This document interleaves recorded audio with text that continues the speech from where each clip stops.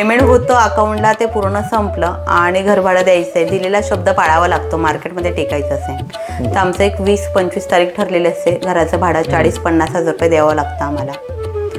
तर तिथं असा क्षण आला, सर्व पैसे बंदोबस्त झालेत आणि 2,000 रुपये कमी पडलेत आणि आज दुपारपर्यंत आपल्याला ते पेमेंट करायचं आहे हे फिक्स होतं, पण पैसे नाहीत.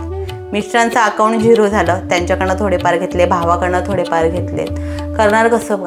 पण एक अशी जादू झाली, ती कुणामुळे झाली ते मला माहीत नाही आहे. अचानकच मला एक कॉल आला आणि ते म्हटले, ताई माझा वाढदिवस साजरा करायचा आहे, मला उद्याचा वाढदिवस आहे, तर मी काही रक्कम तुझ्यासाठी पाठवतो आणि उद्या तू सांगणार पद्धतीने आपण दुपारी वाढदिवस साजरा करायचा. त्या व्यक्तिमत्वाने मला 4,000 रुपये ट्रान्सफर केलेत अकाउंटला. ते पैसे घेतल्यानंतर मी इमिजिएट पहिल्या क्षणाला घर भाडं दिलं आणि उद्या वाढदिवस असेल म्हणून त्या बंधूंची वाट बघितली. ते बंधू आत्तापर्यंत मला भेटले नाही, त्यांचा कॉल आलेला नाही किंवा ते व्यक्तिमत्व कुठून आले होतं. त्या नंबरवरती आम्ही कॉल केलेत, म्हणजे तुमचा जर प्रश्न असा मध्ये आला, बाबा तुम्ही फोन केला होता का, अजून फोन करते, फोन लागत नाहीये.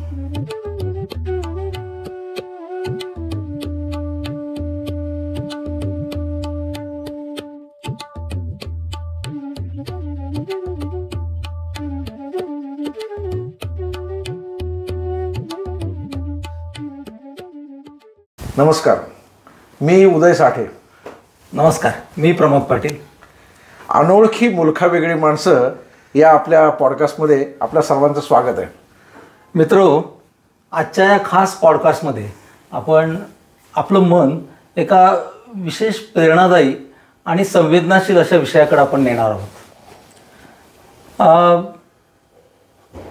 आपल्या समाजामध्ये बरीच लोक आयुष्यामध्ये भरीव कामं करतात, आपल्या देशासाठी, आपल्या कुटुंबासाठी, आपल्या समाजासाठी काम करतात, परंतु वृद्ध झाल्यानंतर किंवा उत्तरार्धात त्यांना एकाकीपणा आणि आपल्या स्वतःच्या आप्तेष्टा करून त्यांना त्यांच्याकडे दुर्लक्ष जाणवतं. अशा वेळेस काही व्यक्ती समाजातील पुढे येतात आणि त्या स्पेशली अशा लोकांसाठी मदत करतात. आणि त्यापैकीच आज आपण भेटणार आहोत त्या अनिताताई रोकडे. त्या नवरत्न ओल्ड एज होम चालवतात. आज तुम्ही बघाल तर जवळजवळ कित्येक वर्षापासून त्या वृद्धाश्रम चालवतात आणि जवळजवळ 30 आजी आजोबांना त्या समर्थपणे सांभाळत आहेत.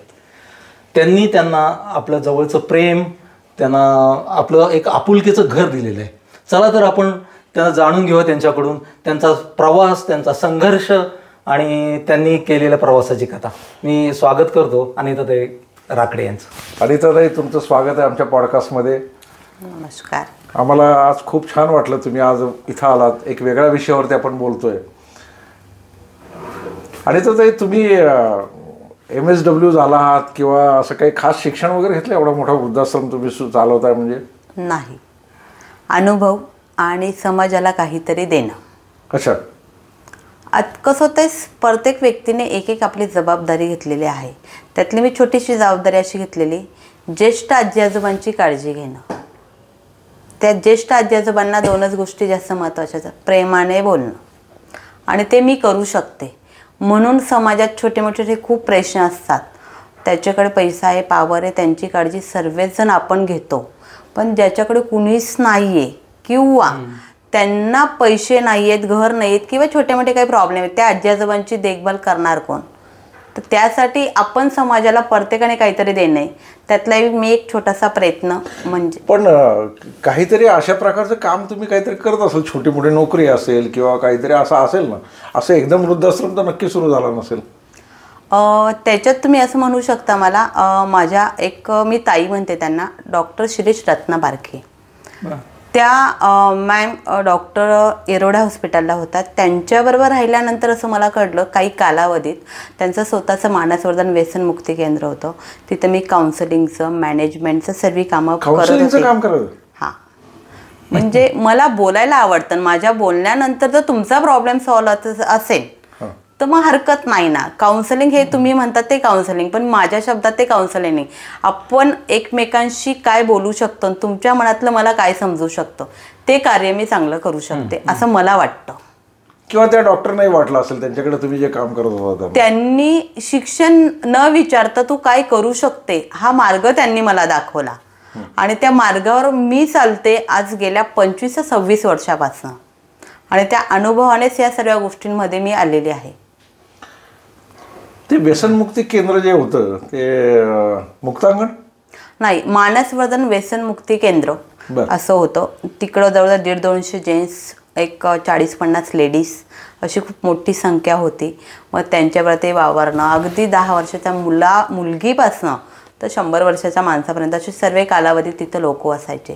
त्यांच्यात ते वावरल्यानंतर किंवा त्या मॅडमबरोबर येरोडा हॉस्पिटलमध्ये गेल्यानंतर येरोडा हॉस्पिटलमध्ये बऱ्याचशा मेंटली वेगळे प्रकार आहेत.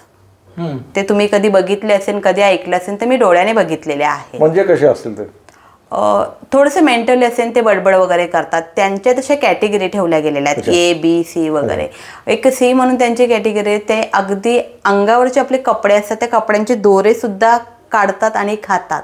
एवढे ठार वेडे आजी आजोबा किंवा ज्येष्ठ लोक, सर्व प्रकारचे मुलं अशा त्या केसेसमध्ये असतात. आणि त्यांच्यात गेल्यानंतर आपल्याला असं कळतं आपण आयुष्यभर काय करतो आणि काय करणार आहेत हे सर्व झिरो आहे. जर तुमची मनस्थिती आणि डोकं व्यवस्थित असेल, मेंबरी, तर तुम्ही जगात काहीतरी करू शकतात. नाही तर त्याला त्याच क्षणाला तुमचा पैसा, तुमची मेहनत कुठलीही कामाला येत नाही. तुम्ही केलेलं चांगलं कार्य एवढा एकच शब्द असेल तिथे. पण असं काय घडलं की मग तुम्हाला स्वतःचा वृद्धाश्रम चालू करण्याची गरज बसली? त्या काही कालावधीत हे सर्व अनुभव बघितलेत. मग काही कालावधीत सिंहगड रोडला माझं स्वतःचं घर झालं. मी तिकडं शिफ्ट गेल्यानंतर माझ्या आजूबाजूला बरेचसे वृद्धाश्रम होते. तिथे मी कुठं 2 तास 1 तास अशा काही सर्व्हिस मी करत होती. माझ्याकडं शक्य आहे, मी काहीतरी देणं आहे, घरी बसून मी करणार काय, त्याशिवाय मी तिथं जाते. आणि काही छोटे मोठे बचत गट चालू केले ते. त्याच्यात एक प्रसंग असा आला होता, एक आजोबा होते, त्यांना गेल्या 3-4 वर्ष आम्ही त्यांचं घराचं भाडं 1,500 रुपये आणि राशन हे आम्ही बचत गटाच्या माध्यमातून देत होतो. पण त्या एरियात असं फेमस झाला हे बाबांची मुलगी. आणि बाबांनी अगदी काठी टेकत असणारे बाबांनी माझा त्यांच्या एक 10 बाय 10च्या रूममध्ये कोळशाने त्यांच्या घरावर माझा नंबर बऱ्याच ठिकाणी लिहिलेला होता. बाबांची तब्येत अचानकच रात्री 11:30-12 वाजता बिघडली. शेजारवाल्यांनी दरवाजा उघडून बघितला तर हा नंबर कुणाचा, एकदा ह्या नंबरवरती आपण कॉल केला पाहिजे. फोन आल्यानंतर मी तिथं पोहोचली. त्यांनी सांगितलं तुम्ही बाबांची मुलगी? म्हटलं हो. म्हणे बाबांचं काही सिरियस आहेत, आज जातील की उद्या जातील, काही होऊ शकतं. बाबांनी हातपाय पूर्ण टाकलेले होते. आपण त्या कंडिशनमध्ये आजोबांना ससून हॉस्पिटलला नेलं, कारण की मीही जेमतेम कमवलं तर खाणारी फॅमिलीतली व्यक्ती आहे. माझं घर जर बघितलं आता 250 स्क्वेअर फुटाचं घर आहे. मग करणार काय आपण? तर मग माझ्यासाठी ससून हॉस्पिटल योग्य होतं. आजी आजोबांना तिकडं नेलं, म्हणजे आपल्या त्या बाबांना 7 दिवस इथं ठेवलं. बाबा बरे झालेत. बाबा बरे झाल्यानंतर घरी आणायचं तर बाबा दारात बाबांना सोडल्यानंतर बाबा म्हटले बाळा तुझ्या घरी मला येऊन राहायचंय. एकटा राहून खूप कंटाळा आला ग, तू येते बघते खाणं पिणं सर्व बघते पण कंटाळा येतोय मला. प्रश्नच होतं माझं 2.5 फुटाचं घर, समजा त्याच्यात मी माझा मुलगा मिस्टर असं आम्ही 3 जण फॅमिली असतात. तिथं बाबा बेडवर येते, ते त्यांचं करणार कसं काय? पण मी म्हटली बाबांना एक शब्द दिला, बाबा मला थोडासा वेळ द्या, मी नक्की काहीतरी करेन. हा शब्द सांगितलं. येता जाता रोज बाबांचा 2 वेळेस डबा वगैरे अशी रुटीन केली. योगायोगाने होऊ नये पण दुर्घटना परत दुसऱ्या दिवशी एक असं झालंय, माझी मैत्रीण होती, धुण्या भांड्याची कामं करत होती. तिची सासूला बेडसोस म्हटलेत तर कमीत कमी 50-60 बेडसोस पूर्ण अंगाला झालेले होते डायबिटीस असल्यामुळं. ती बचत गटाच्या माध्यमातून आपल्याला मदत मागायला आली. ती म्हटली ताई मी घरी दिवसभर धुण्या भांड्याची कामं करते, घरी माझ्या आईंकडे मी बघू शकत नाही, आपण काही करू शकतो का? तिथनं सर्व मैत्रिणीने ठरवलं आपण थोडीफार वर्गणी जमा करून आजींची कुठेतरी सोय करावी. तर मग मी त्या ओल्ड एज होमला किंवा त्या केअर सेंटरला मी सर्व्हिस देत होती, न काही काम करता. म्हणजेच की माझ्याकडनं होत असेल तेवढ्या आजी आजोबांशी गप्पा मारणं, बोलणं, तेवढं शक्य तेवढं आम्ही करत होतो. फक्त तिथनं मी पेमेंट कधी घेतला नाही. त्यावेळेला तिथल्या डॉक्टरांना आणि तिथल्या काही स्टाफला आम्ही रिक्वेस्ट केली, हे आजी आजोबांना तुम्ही तिथं ॲडमिट करून घ्या. त्या लोकांनी असं सांगितलं त्याची लायकी त्यांनी इथं यावं. लायकी म्हणजे ते मलाही समजलं नाही. या प्रश्नाचं उत्तर तुम्हाला 2 मिनिटात मी देईनच. इथं मंथली 25,000 रुपये पेमेंट देऊ शकतात. तर एंट्री आहे, आल्या गेल्यांसाठी इथं जागा नाही. ऐकल्यानंतर घरी गेल्यानंतर सेम घरी भाऊ माझा मंगेश आणि मिस्टर माझे, मी बापू पाटील असं त्यांना म्हणते, मी पाटलांना पाटली लायकी म्हणजे काय हो, लायकी म्हणजे पैशांवर ठरवले जाते का, हा प्रश्न मी त्यांना विचारले. ते म्हटले कोण काय ठरवतो हे त्यांचा विषय सोडे, तुला काय करायचं ते तू सांगायचं. लगोपाठ 2 दिवसाचा अनुभव आणि ह्या काही कालावधीत काही गोष्टी 4-5 वर्षांनी बघितल्यानंतर असं वाटलं माझं जर हक्काचं घर राहिलं असं मोठं तर माझे हे लोक मी नक्कीच माझ्या घरात आत्ता इथं ठेवू शकली असते. अहो म्हटलं असतो आणि असेल याच्यात फरक आहे, तुला काय करायचं ते परत तू रिपीट विचार करून सांग.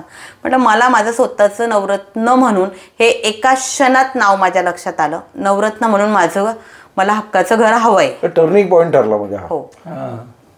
मग मग त्यानंतर पैसे नाहीत, जेमतेम आहे, माहेरून शेतकरी आहे, सासरून शेतकरी, करायचं काय, पेमेंट कुठे आहे, त्यावेळेला अगदी असं गळ्यातला हात लावला तर माझं गळ्यातलं होतं. म्हटलं हे उद्या आपण मोडूया. लगेच असं म्हटलं, मिस्टर म्हटले तुझं आहे, तू काही करू शकते, मला तुला काय करायचं मी तेवढी मदत करू शकतो. मग ते आम्ही दुसऱ्या दिवशी ते मोडलं. त्याचे काही पैसे जमा झालेत, जुन्या बाजारातनं बेड आणलेत आणि भावाच्याच मित्राचं एक 5 रूमचं घर रिकामं होतं, भाड्याने घेतलं. भाड्याने घेतलं. त्यांचं नाव कुदळे होतं, चंद्रकांत कुदळे. ते म्हटलं बाळा तू एवढं चांगलं काम करते, डिपॉझिट आणि भाडं नंतर दे, तुझी सुरुवात कर. आणि बघत बघत 2 महिन्यातच आपल्याकडे तिथं 15 आजी आजोबांची ऍडमिशन झाली. कुठल्याही आजी आजोबांकडनं 1 रुपया न घेता झाली. आणि मला पाहिजे होतं ते रोपटं मी लावलं आणि त्या स्वरूपात आपले 2017 पासून ही रुटीन चालू झाले. पण आता एवढी 15-16 लोक तुम्ही घेतलीत त्यावेळेला, त्या भावनिक ह्याच्यामध्ये तुम्ही घेतली असतील, पण या लोकांना डे बाय डे जेवण आलं, त्यांच्यासाठी औषध आले, काही आले, पैसा कुठून मिळाला तुम्ही? पैसा म्हणण्यापेक्षा सर देव तारी त्याला कोण मारी ही एक म्हण आहे. ती म्हण माझ्यासाठी खूप योग्य झाली. मी प्युअर शेतकरी आहे, मी असं काहीतरी काम करते. माझ्या धीरांना त्यावढे समजलं. माझ्या धीराने पोत्याने धान्य पाठवलं, गहू, तांदूळ, बाजरी आणि डाळी सर्व प्रकारच्या. तू करते, आम्ही करू शकत नाही, आम्ही तुला सपोर्ट करतो. माहेरावरनं तांदूळ होता, तांदूळ आला, म्हणजे माझा खाण्याचा विषय तिथं थांबला. आणि योगायोगाने एक डॉक्टर दीपक पाठक म्हणून होते, ते म्हटले तू एवढं चांगलं कार्य करते तर मला वर्षाला तू फक्त पेट्रोलचे तुला देता आले तर दे, नाही तर देऊ नकोस, पण तुझ्या ह्या कामात मी सहभागी होतो. वा छान. मग अशा स्वरूपात लोक मला भेटलेत आणि ती रुटीन चालू झाली. म्हणजे तुम्ही एक चांगला विचार घेऊन पुढे गेला की आपोआप तुम्हाला लोक भेटतात. हे नक्कीच. पण मग चालू करताना तुम्हाला काय काय अडचणी आल्या? म्हणजे हे तर ठीक आहे, पण त्याला परमिशन लागत असतील किंवा सरकारी काहीतरी यामध्ये योजना असतील, त्यांची मदत किंवा अडचणी असं काही आल्या का? हो, चालू केल्यानंतर एक चांगली गोष्ट असते ती माझा तो अनुभव आहे तो उपयोगाला आला. म्हणजे ते आजी आजोबांबरोबर राहणं किंवा नर्सिंगची काही कामं. माझं शिक्षण बघायला गेलं तर फक्त 7वी आहे. पुस्तकी लिखावडे जेमतेम मराठी वाचू शकते, लिहू शकते. हां, पण मी ते काही कार्य केलेलं होतं. आत्ता तुम्ही मला नर्सिंगचं कुठलंही कार्य सांगितलं तर मी करू शकते. सलाईन्स लावल्यापासून इंजेक्शन, मेडिसिन्स वगैरे इंजेक्शन देऊ शकता. हो, या सर्व गोष्टी मी करू शकते. त्याच्यात असे सांगितलं, त्या व्यक्तींना माहिती पडलं बाबा आणि त्याने ओल्ड एज होम चालू केलेलं आहे. ते म्हटले तिचे स्वतःचे खाण्याचे वांदे, ती काय चालू करणारे, 4 महिने उड्या मारेन आणि ते बंद करेन. अशा प्रचंड कमेंट. एक दोघांनी अगदी आपल्या जागेवर येऊन असं सांगितलं होतं, तर तू दुसऱ्यांच्या पोटावर पाय देते, तू सर्वांना फ्री घ्यायला लागलेले आहे, तर बाकीचे वृद्धाश्रमवाले किंवा बाकीच्या काही लोक तुला बोलतील किंवा काही गोष्टींना तुला सपोर्ट करणार नाही, त्यावेळेला तू काय करणार? त्या क्षणाला माझ्याकडे एकच उत्तर होतं, माझे मिस्टर आणि माझा भाऊ 100% पाठिंबा होता आणि कष्ट करायला आपण माघारी नाही आहोत. आमच्याकडे जवळजवळ वर्षभर मामा मावशी कुणीही कामाला नव्हतं. किचनपासनं तर झाडू फरशीपासनं पुरे फॅमिली मेंबर सपोर्ट करत होते आणि त्या पद्धतीने आम्ही रुटीन कंटिन्यू करत होतो. म्हणजे पूर्ण दिवस आणि पूर्ण मी राहायलाच तिकडे शिफ्ट झाली होती. कधीची म्हणजे सुरुवात कधी झाली? 2017. 17 आज 25 आहे, 8 वर्ष झाली. त्यावेळचे आजी आजोबा आहेत कुणी अजून? हो, आता 4 जण आहेत अजून.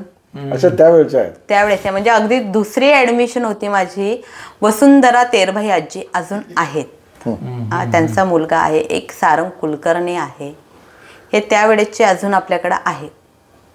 त्यांची काय नक्की हे काय होते म्हणजे ते वसुंधरा ज्या तुम्ही म्हणता त्या कशा आल्या होत्या काय एक स्टोरी म्हणून काय? आणि आजी आजोबांचे मुलं म्हणजे 3 मुलं आहेत त्यांना खरं तर. एक मुलगा त्याच्या व्यापात तो गुंतलेला होता. त्यांचा 3रा मुलगा आहे तोही डिप्रेशनचा पेशंट आहे. बरं. हां, मग तो आत्ता प्रमोद म्हणून आपल्याकडे आहे. तो पण तुमच्याकडे? हो, डिप्रेशनची केस असल्यामुळे ढिगभर मेडिसिन्स किंवा अचानक तो हायफर झाला तर त्याला ते मॅनेज करणं त्या सर्व गोष्टी घरी शक्य नव्हत्या. आई आणि मुलगा दोघंही आहेत? दोन्ही पण आहेत. तर आईला मुलाला सोडून राहायचं नव्हतं आणि दोघांची घरी सोय होणं शक्य नव्हतं. त्या काही कालावधीत आजी घराबाहेर पडल्यात. त्या दिवसापासून तर आजपर्यंत आजी आपल्या बरोबर आहेत. आजींचं पूर्ण 100% लक्ष मुलावर, आपलं लक्ष आजीवर, अशा रुटीनने हा आमचा सर्व खेळ गेम चालू आहे. हा, म्हणजे अशा काही लोकांकडनं थोडीफार आर्थिक त्यांना जे शक्य आहे ते पण येत असेल. एक तो आपला वाईट अनुभव आला होता त्याच्यात मी एक नाव तुम्हाला नक्की घेणार. देसाई म्हणून एक सर होते. ते सर्जिकलच्या काही गोष्टी मला आपल्याकडे सप्लाय करत होते. म्हणजे मला डायफर वगैरे अशा गोष्टी लागतात. देसाई काकांनी मला असं सांगितलं, बाळा तू ह्या आजी आजोबांची एवढे देखरेख करते त्यांच्याकडनं तुला 1 रुपया भेटत नाही. माझी आई विसराळू आहे, काहीच लक्षात राहत नाही आणि डॉक्टरांनी सल्ला दिला तिला जास्त लोकांमध्ये ठेवायचं.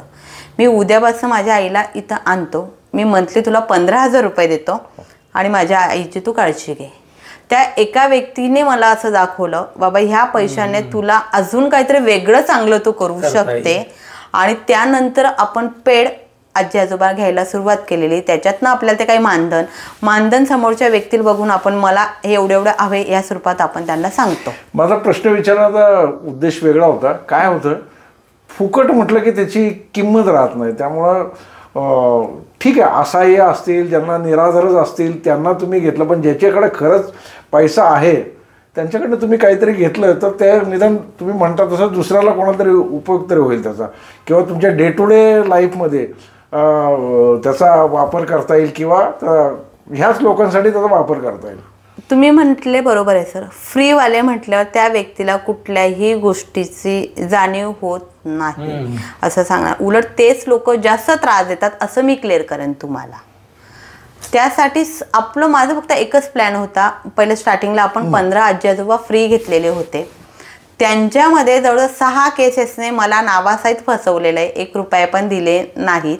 कारण की त्या मुलांनी असं सांगितलं होतं. त्याच्यातनं एक नाव असं आहे, मी तुम्हाला सांगेनच.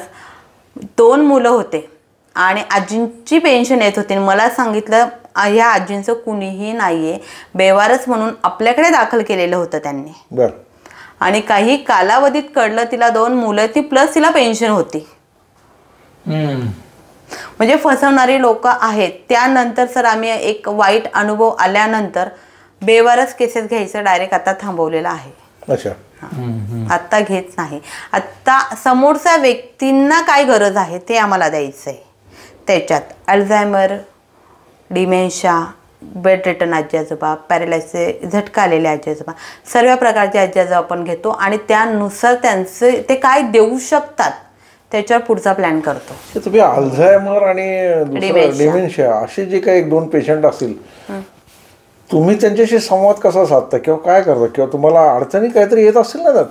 खूप. याच्यावर एकच गोष्ट आहे. समजा डिमेन्शिया जर आपण म्हटलं, हा शब्द घेतलं, हा डिमेन्शिया असणारे व्यक्ती 10 ते 15 मिनिटापूर्वी काय झालं ते विसरतात. म्हणजे मी जेवलो होतो, मला जेवायचं आहे, काही नाही. त्यांना समोर दिसलं कुणीतरी जेवताना ते जेवायला मागतील. तुम्ही चहा पिताना दिसले तर चहा मागतील. त्या व्यक्तींची एकच गरज अशी आहे की ते जास्तीत जास्त लोकांमध्ये फिरले पाहिजे, जास्त लोकांमध्ये बोलले पाहिजे. आणि माझं कार्य तेच आहे. मला 100% नाही पण 50% त्यांना वेळ द्यायचा आहे. त्या वेळमध्ये त्यांचे माझे काही बोलणं झालं त्याच्यातनं ते पाठीमागं न जाता आहे तिथं तरी थांबू शकते. अच्छा. म्हणजे वाढणार नाही ते. प्रॉब्लेम तेवढ्या जास्त लोकांच्या संपर्कात राहिलेत, तेवढ्या डोळ्याला जास्त लोक दिसलेत तर त्यांना असं सतत एक भीती असते. एकटा राहिल्यात तर खूप प्रॉब्लेम जास्त होतं. हां, पण 4 लोकांमध्ये असलं की माझ्याबरोबर कुणीतरी आहे, कुणीतरी फिरतंय आणि हक्काने बाबा आमची मुलगी आली, आमची ताई आली, त्या गोष्टींच्या याच्यात ते बाकीच्या गोष्टी सर्व विसरतात. साधारणतः तुमची दररोजची दिनचर्या काय असते? सकाळी आमचे आजी आजोबा 4, 4:30, 5ला उठलेलेच राहतात. आपण हो म्हटलं, रागवलं नाही म्हटलं तरी त्यांचा तो टायमिंग आहे तो फिक्स असतो. ते उठल्यानंतर कुणाला एक्सरसाइज करायचे असतात, कुणाच्या आंघोळी चालू असतात. 7 वाजता आपण चहा बिस्किट देतो, 8:30ला आपण नाश्ता देतो रोजच्या रुटीननुसार. आमचं नाश्ता झाल्यानंतर काही कालावधीमधला वेळ असतो, त्याच्यात गप्पा गोष्टी, पेपर पुस्तकं वाचणं किंवा आज आपल्याला भाजी काय करायची हे आमच्या आजी लोक ठरवतात, आम्ही ठरवणारे नाहीत. ते मदत करतात करायला? नाही, आपण किचनला नाही अलाउड करत कारण की ज्येष्ठ नागरिक असल्यामुळे. पण प्लॅन मात्र ते करून देतात आपल्याला काय भाजी करायची. दुपारी आपल्या 12:30 वाजता भाजी निवडणं वगैरे अशा काही करत असतील मदत थोडी? 1-2 आजी ते निवडू शकतात, बेडवर असल्यामुळे त्यांना बाकीच्यांना शक्य नाही होत. आपल्याला 12:30 वाजता जेवणाचा टायमिंग, वरण भात भाजी पोळी, वातावरणानुसार ताक कोशिंबीर हा प्लॅन ठरवला जातो. 2 ते 4 आमच्याकडे कंपल्सरी आरामाची वेळ आहे कारण की आमचे आजी आजोबा सकाळी 4ला आणि 5ला उठतात. त्यांना झोपायला खरं तर नको आहे, पण मी रागवीन किंवा मी काहीतरी बोलणार या हिशोबाने ते 2 ते 4 आरामच करतात. 4ची रुटीन झाली की मग आमचा चहा बिस्किट किंवा काहीतरी नाश्ता अशा गोष्टीने असतो. तिथनं आम्ही काही कार्यक्रम नियोजन केलेले असतात आठवड्यातले 3-4.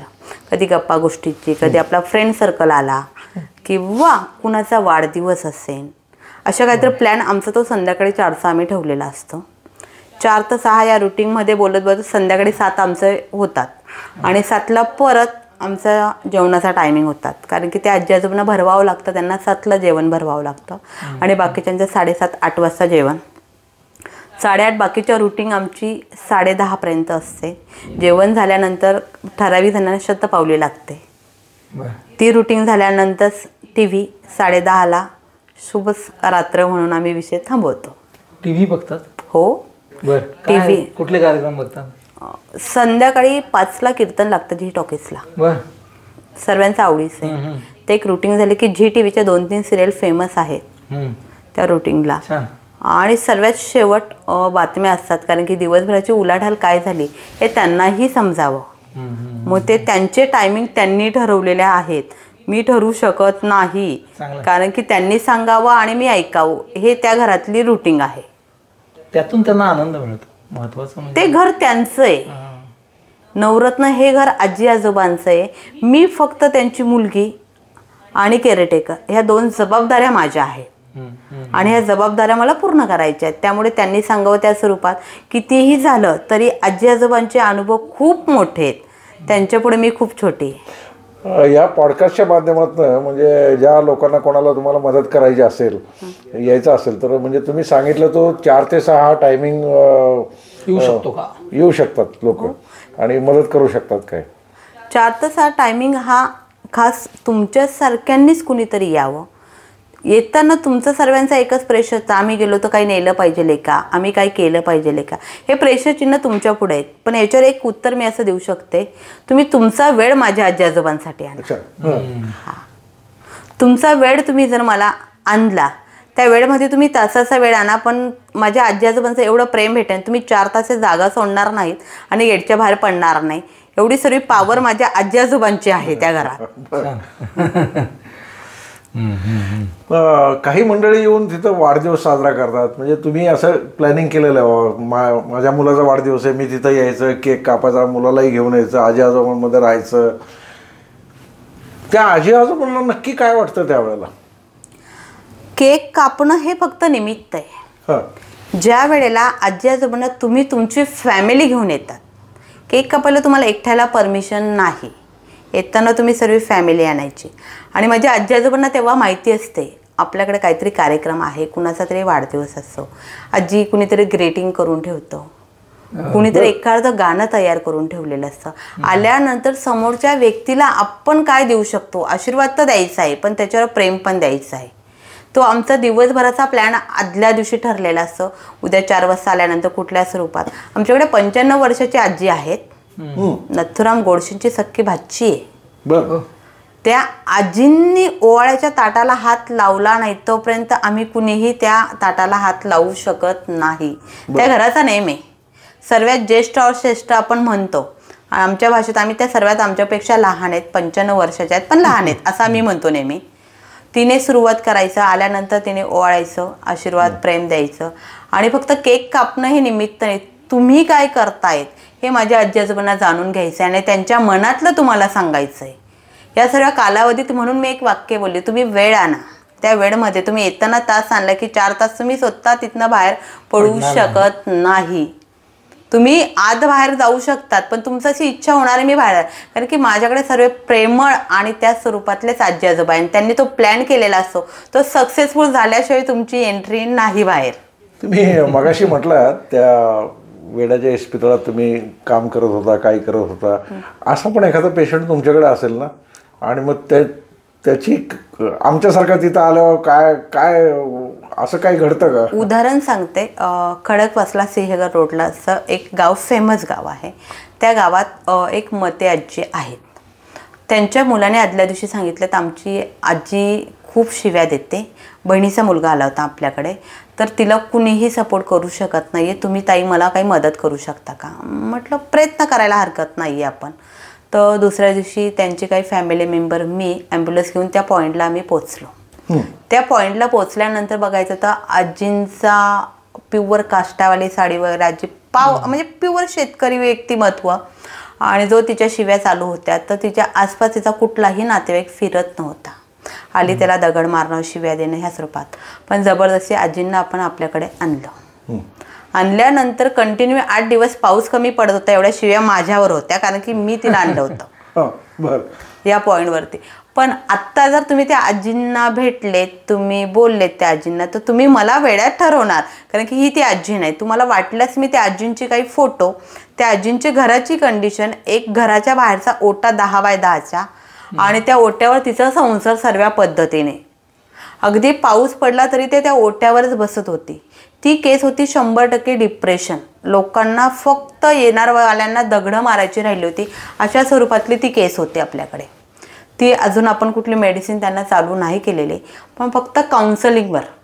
अरे वा. रोज 2 तास त्यांच्याशी मी गेल्यावर बोलणारच. सक्सेस स्टोरी आहे तुमची. आणि आत्ता म्हणजेच की तुम्ही आजींना कधी भेटलेत तर मी तिला माऊली म्हणते. बाबा डोक्यावर पदर वगैरे देवाचं खूप आवडतं, तर तिचा शब्दच आहे. आम्ही त्यांना मते आजी वगैरे हा शब्द वापरत नाही, आमची माऊलीच म्हणतो. आज ती माऊली त्या घराची डॉनी आमच्या, माझी काळजी ती घेते. माऊलीला भेटायला आम्ही येणार आहे तुमच्या वृद्धाश्रमामध्ये. नक्की अगोदर येऊन गेलो, पण आता हे झालं तर मुद्दाम माऊलीला भेटायला येणार. म्हणजेच की मी ते कार्य केले त्याच्याच समाधानी असं होतं. कदाचित ती व्यक्तिमत्वाने 6 महिने शिजलेलं अन्न, चहा पाणी काय होतं तिला माहीत नव्हतं सर. कच्ची भाजीपाला तिने मंडईतनं जमा करायची, बीट, काकडी, दातं निम्मे पडलेले, तसं खाता येत होतं तसं खात होती. त्यावेळेला आपल्या घरात आली, त्या क्षणाला ती 25 किलो वजन होतं तिचं, आणि उद्या जाईन की काय ही तिची कंडिशन होती. फक्त पावर एकच शिव्या देण्याची, तेवढी एक पावर तिच्यात होती. पण आत्ता पूर्ण फरक आहे तिच्यात. कदाचित माझ्या मागच्या जन्माचं तिला काहीतरी देणं होतं म्हणून ती माझ्यापर्यंत पोहोचली. म्हणजे उदय चांगल्या सायकॅरिस्टला सुद्धा या गोष्टी जमत नाहीत, की जे शिक्षण घेतात त्याचं, आणि या अनुभवातून त्या गोष्टी केल्यात. त्यापासून नाही, त्या शिक्षणानंतर सुद्धा त्यांना एक 6 महिने कुठेतरी अनुभव घ्यायला लागतो. नक्कीच त्यांनी अनुभव जास्त घेतला, शिक्षणाची गरजच नाही, अनुभवच मिळालेला नाही. तर मला असा प्रश्न होता की अशा कामासाठी काही स्वयंसेवी संस्था किंवा काही व्यक्ती, अशा काही मदत तुम्हाला मिळते का? संस्थांचं म्हटलं तर आपल्याकडे कुठलीही संस्था नाही, पण माझे हक्काचे लोक मात्र आहेत. बरं. हां, ते व्यक्तिमत्व मी असं म्हणू शकते. तेव्हा मी नवरत्नाचं रोपटं ते लावलेलं होतं, ते उन्हात होतं. कोविडचा कालावधीनंतर सर्व जगात सर्वांचे खूप वेगळे वेगळे प्रश्न पडलेले होते. त्यावेळेस माझ्या रोपट्याला आदनमधनं ऊन लागायला सुरुवात झाली होती. आम्ही प्रयत्न करत होतो, पण त्या रोपट्याला सावली देणारं व्यक्तिमत्व म्हणजेच की मनोहर कोलते. मनोहर कोलते MSCBतले पॉडकास्ट केलेला आहे. अचानकच एक दिवशी आलेत मला भेटायला. ते त्यांनी बघितलं, त्यांनी काय बघितलं मला नाही माहिती, त्यांनी बघितलं. मला म्हटलं बाळा तुला काय मदत हवी ते सांग. मी म्हटलं काका तुम्ही दिसता त्या सर्व स्वरूपात. त्यानंतर ते काका नवरत्न फॅमिलीचे काका आहेत, माझे एकट्याचे काका नाही, आजी आजोबांचे काका आहेत, माझ्या मुलाचे काका आहेत, माझे काका आहेत. तर ते काका मला प्रत्येक क्षणाला प्रत्येक गोष्टीला हेल्प करतात. आणि काकांनी अशी काहीतरी फॅमिली किंवा भावंड मला दिले. त्याचं उदाहरण तुम्हाला MSCB असं एक नाव तुमच्या सर्वांकडे माहिती असेल. हां, ती फॅमिली MSCB हे माझं दुसरं माहेर आहे. महाराष्ट्र राज्य वीज मंडळातले इतर काही त्यांचे कर्मचारी असतील, मित्र असतील, राजेंद्र पवार सर. राजेंद्र पवार सर. हा, म्हणजे ते व्यक्तिमत्व भेटणं किंवा काही गोष्टींना त्यांचा माझा कधी संपर्क नाही, कधी बोलणं नाही, पण ते व्यक्तिमत्व असं आहे मोठ्या पदावरती येते. वर्षातले 3 महिने माझ्यासाठी तुला काय हवंय हा कॉल येतो आणि ते काय हवंय ते एका तासात माझ्यापर्यंत ती वस्तू पोहोचते. त्यांचा वाढदिवस कधी कुठं होतं मला माहित नाही, पण मला सकाळी 7 वाजता त्यांनी दिलेलं गिफ्ट माझ्यापर्यंत पोहोचतं. आणि त्यातली काही मंडळी अशी आहे त्यांच्या घरी काही कार्यक्रम असून म्हणजे अगदी वास्तुशांतीचे कार्यक्रम म्हणा, कुणाचा वाढदिवस आहे, त्यांचे ज्येष्ठ आई वडिलांचे काही कार्यक्रम असेल, हक्काने नवरत्नमध्ये येतात, साजरे करतात. मला कधी काही गोष्टींची गरज असेल तर ती गरज पूर्ण करतात. म्हणजे हे नवरत्नाचं माहेर आपण म्हणतो ते MSCBची पूर्ण माझे बंधू. वा, छान. महाराष्ट्र राज्य वीज मंडळातल्या कर्मचाऱ्यांचा म्हणा किंवा त्या लोकांचा हा एक चांगला गुणधर्म या पॉडकास्टमधून बाहेर जाईल. नाही, ते बाहेर काय करतात किंवा त्यांची काय नाही, पण माणूस म्हणून ते व्यक्तिमत्व सर्वच खूप म्हणजे मला माझ्या आजी आजोबांना खूप चांगले अनुभव त्यांचे आलेले आहेत. आणि काका आठवड्यातनं 4 दिवस नवरत्न फॅमिलीमध्ये असतात. दुपारच्या जेवणापासून नाश्त्यापासून काय आहे नाही आहे जातीने बघतात, आजी आजोबांना विचारतात. मला जर एमर्जन्सी काही काम असेल तर काका मला असं म्हणतात, तू जा, मी थांबतो. वेळ देतात, तू जा, मी थांबतो. काय हवंय नाहीये आजी आजोबांच्या सर्व गोष्टी बघतात. मगाशी सहज विषय निघाला की जगातली महामारी जी आली होती आपली कोविड, काय घडलं तुमच्या त्यावेळेला? आमचं तर खूप छान गेलं कोविड. हे बघा, सांगायचं म्हणजेच की अन्नधान्य हा तर सर्वांनाच प्रॉब्लेम होता, सेम तो मला पण होता. पण एक गोष्ट माझ्याकडे मी गर्वाने सांगू शकते, त्या कालावधीत माझे 2 युनिट होते. कारण की एका घरात एवढे आजी आजोबा राहणं शक्य नव्हतं. तर 2 जागेवर आजी आजोबा शिफ्ट केले होते. पण 22 मार्चला हा सर्व घटना घडल्यात. मी दुसऱ्याचे सर्व आजी आजोबा एका ठिकाणी शिफ्ट केलेत. टोटल 40-42 आजी आजोबा होते आपल्या घरात. 40-42? हो, खूपच मोठी संख्या. मग त्यांना काय म्हणतो आपण बाजूला सॅग्रिगेशन नाही, माझ्याकडे तो कुठलाही प्रसंग आला नाही. त्यांना काही झालंच नव्हतं, सॅग्रिगेट कशाला करायचं? हा प्रसंग माझ्याकडे आला. आमचे डॉक्टर दीपक पाठक म्हणून होते, त्यांनी एकच सांगितलं, गेटच्या बाहेरचा व्यक्ती आतमध्ये येऊ नको देऊ, बाकी सर्व मी मॅनेज करतो. माझ्याकडे 2 योगिता आणि अश्विनी म्हणून 2 मुली होत्या, 24 तास माझ्या दत्तक कन्या आहेत त्या. हा, त्या 2 आणि मी 3, आम्ही तिघांनी सर्व आतमध्ये हँडल करायचं ठरवलं. माझे मिस्टर आणि माझा भाऊ मंगेश ह्या दोघांनी गेटच्या बाहेर ठरवलं. आम्ही कोविड पहिला, दुसरा, तिसरा 3ही टप्प्यात आमच्याकडे कुठलाही प्रसंग वाईट आला नाही, कुठलीही दुर्घटना झाली नाही. 3ही छान चांगल्या पद्धतीने झाली. विषयच नाही, निमित्त सुद्धा नाहीये. फक्त बाहेरून आपल्या त्या घरात डॉक्टर दीपक पाठक एवढे एकच डॉक्टर येत होते, बाकी कुठल्याही नाही. म्हणूनच सांगते, आमचा तो कालावधी कुणी भीतीने आजारी पडलं, कुणाला काही प्रॉब्लेम झाले, कुठले आजी आजोबा वारलेत, पण यातला कुठलाही प्रकार आपल्याकडे नाही, हे गर्वाने सांगू शकतो. मला एक आता विषयच निघाला म्हणून ठीक आहे, त्या ह्याच्यामध्ये सुदैवाने देवाची किंवा तुमचं कार्य असेल, तुमच्यावरती काहीतरी महाराजांची कुठली तरी कृपा असेल, सगळे बाहेर आले त्यातनं. पण काय माणसाचं जीवन आहे म्हणजे मरण आहे, हे आजी आजोबांचं काहीतरी लाईफ असतं. मग असं झाल्यानंतर गेल्यानंतर काय तुम्हाला अनुभव येतात? म्हणजे त्यांना गेलाय का कोणी असं कधी? जाणारच, ज्येष्ठ नागरिक आहे, आज नाही तर उद्या सर्वांची ही वेळ येणार आहे. याच्यावर असं होतं, ज्याचे कोणी नातेवाईक असतात ते विधीसाठी घरी घेऊन जाऊ शकतात, म्हणजे असं कुणीच नाही. त्याची अंतिमविधी ही नवरत्न फॅमिलीलाच करावं लागते. म्हणजे काय करता? आजी आपल्याला वाटलं आता काहीतरी दुर्घटना झालेली, डॉक्टर येतील, चेक करतील. डॉक्टरांनी डिक्लेअर केल्यानंतर गेट पास आलं, तिथं मग आपलं आधार कार्ड वापरावं लागतं.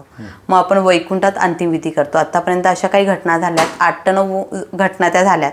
ते सर्व कार्य माझा मुलगा रोहन राखडे आणि भाऊ मंगेश कडू या 2 व्यक्तिमत्व हे पूर्ण जबाबदारी घेतात.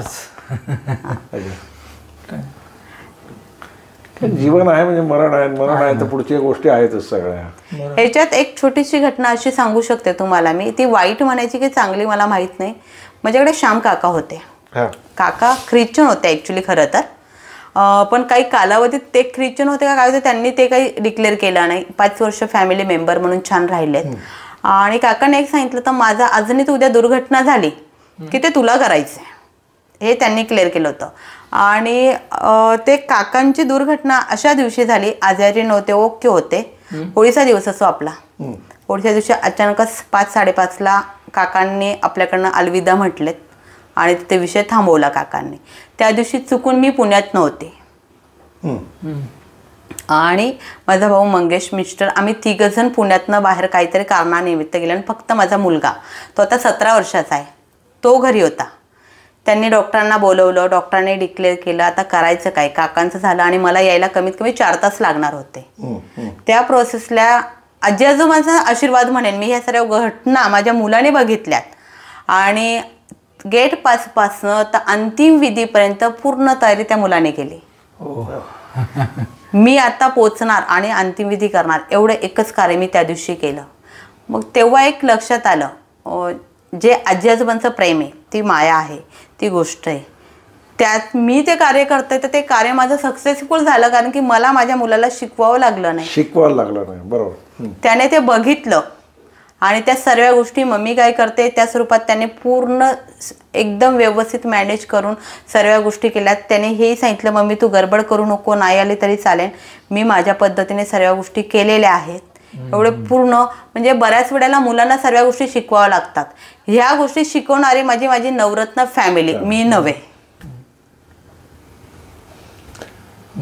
मुलगा काय करतो आता सध्या?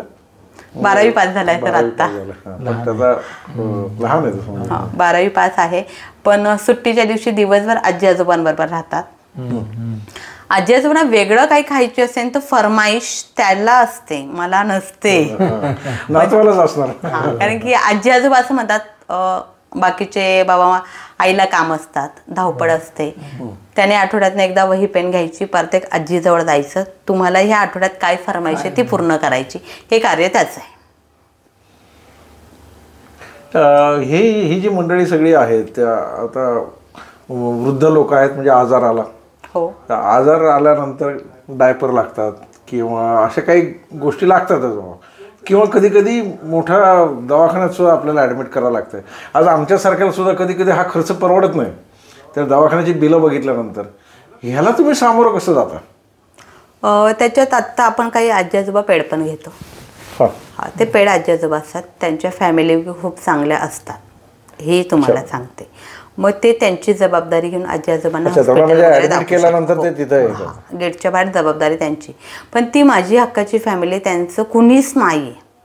ते त्यांच्यासाठी मला नवले हॉस्पिटल जवळ पडतं. हा ठीक आहे, पण म्हणजे तो मार्ग म्हणजे त्याला शेवटपर्यंत साथ कशी द्यायची ती ससून असेल, नवले हॉस्पिटल असेल. त्याच्यात छोटासा प्रसंग असं सांगेन मी. मधल्या काही कालावधीत प्राजक्ता कुलकर्णी म्हणून एक मुलगी होती माझ्याकडे, बऱ्याच वर्षापासून आहे. मला आई म्हणते ती आणि नवरत्नाची कन्या आहे ती सुद्धा हक्काची. पडली, पाय मोडला तिचा. पाय मोडल्यानंतर अगदी इमिजिएट आम्ही नवले हॉस्पिटलला शिफ्ट केलं. तिथनं बाकी सर्व प्रोसेस झाली वगैरे, ऑपरेशनचा खर्च वगैरे सर्व रुटीनमध्ये हे केलं. त्यावेळेला माझ्या आजी आजोबांची काय आम्ही ठेवलेली रक्कम होती, बाबा आपल्याला इमर्जन्सी लागते वगैरे, ती वापरली. मी एक छोटासा मेसेज टाकला. त्या मेसेजला पहिला रिप्लाय MECVच्या माझ्या एका बंधूंनी दिला, ताई तुला मेडिसिनसाठी मी मदत करतो, तू तुझं काम पूर्ण कर. मग ऑपरेशन होऊन मुलगी घरी आणल्यानंतर 70-75 हजार रुपये आम्हाला तो खर्च आलेला होता. आणि तशा स्वरूपात तुमच्यासारखे भावंड आहेत, माझे आजी आजोबा आहेत. आणि एक वाक्य नेहमी सांगते, देव तारी त्याला कोण मारे. अशा स्वरूपात ते प्रसंग सॉल्व्ह होतात. ताई ह्या तुम्ही आता भाड्याने घर घेतलंय, दर महिन्यात त्याचं भाडं द्यायची वेळ येते. एखाद्या वेळेला भाड्याचे पैसेच नसतील तर काय अशी काही घटना झाली का? त्याच्यातनं आत्ताच हे प्राजक्ता कुलकर्णीच्या बाबतीतच सांगेन, अगदी 2 महिन्यापूर्वीचीच गोष्ट आहे ती. पेमेंट होतं अकाउंटला, ते पूर्ण संपलं आणि घर भाडं द्यायचं आहे. दिलेला शब्द पाळावा लागतो, मार्केटमध्ये टेकायचं असेल तर. आमचं एक 20-25 तारीख ठरलेली असते, घराचं भाडं 40-50 हजार रुपये द्यावं लागतं आम्हाला. तर तिथं असा क्षण आला, सर्व पैसे बंदोबस्त झालेत आणि 2,000 रुपये कमी पडलेत आणि आज दुपारपर्यंत आपल्याला ते पेमेंट करायचं आहे हे फिक्स होतं. पण पैसे नाहीत. मिस्टरांचं अकाउंट 0 झालं, त्यांच्याकडनं थोडेफार घेतले, भावाकडनं थोडेफार घेतलेत, करणार कसं बघा. पण एक अशी जादू झाली, ती कुणामुळे झाली ते मला माहीत नाही आहे. अचानकच मला एक कॉल आला आणि ते म्हटले, ताई माझा वाढदिवस साजरा करायचा आहे, मला उद्याचा वाढदिवस आहे, तर मी काही रक्कम तुझ्यासाठी पाठवतो आणि उद्या तू सांगणार पद्धतीने आपण दुपारी वाढदिवस साजरा करायचा. त्या व्यक्तिमत्वाने मला 4,000 रुपये ट्रान्सफर केलेत अकाउंटला. ते पैसे घेतल्यानंतर मी इमिजिएट पहिल्या क्षणाला घर भाडं दिलं आणि उद्या वाढदिवस असेल म्हणून त्या बंधूंची वाट बघितली.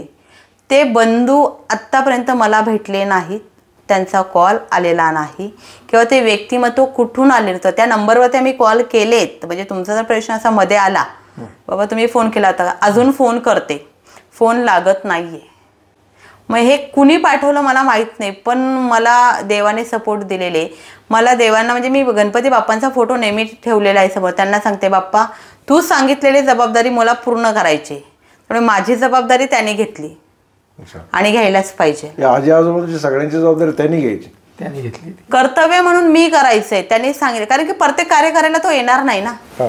त्याने मला सांगितलंय काय, माध्यम म्हणून निवडलंय त्याने. आजी आजोबांची पूर्ण देखरेख तुला करायची आहे आणि त्याचा शब्द म्हणून मी ते करणार आहे, तर माझी आणि माझ्या आजी आजोबांची जबाबदारी त्यांनीच घ्यावी. असा प्रसंग येतो, पण तो सॉल्व्ह करायची पूर्ण शक्यता त्यानेच बघावं असं मी त्याला विनंती करते. प्रयत्न तुम्ही सगळे करणार. काय श्रद्धा आहे आणि काहीतरी थर्ड पॉवर असते शेवटी, असतेच ना. संध्याकाळी 6 वाजलेत की बाप्पांना न सांगता माझे आजी आजोबा दिवा लावतात. बर. सकाळी 7 वाजता आंघोळ झाल्यानंतर दिवा लावला की 2 तास आमचं सर्व 5 प्रकारच्या आरती, काही त्यांचे श्लोक, काही गोष्टी असेल. तर जर माझी फॅमिली, माझी आजी आजोबा एवढी सेवा करतायत, तर त्याने थोडा तरी मेवा द्यावा की माझ्या फॅमिलीला. खरंय, नक्की द्यावा असेल ना, तो कुठून तरी बघतच असेल ते.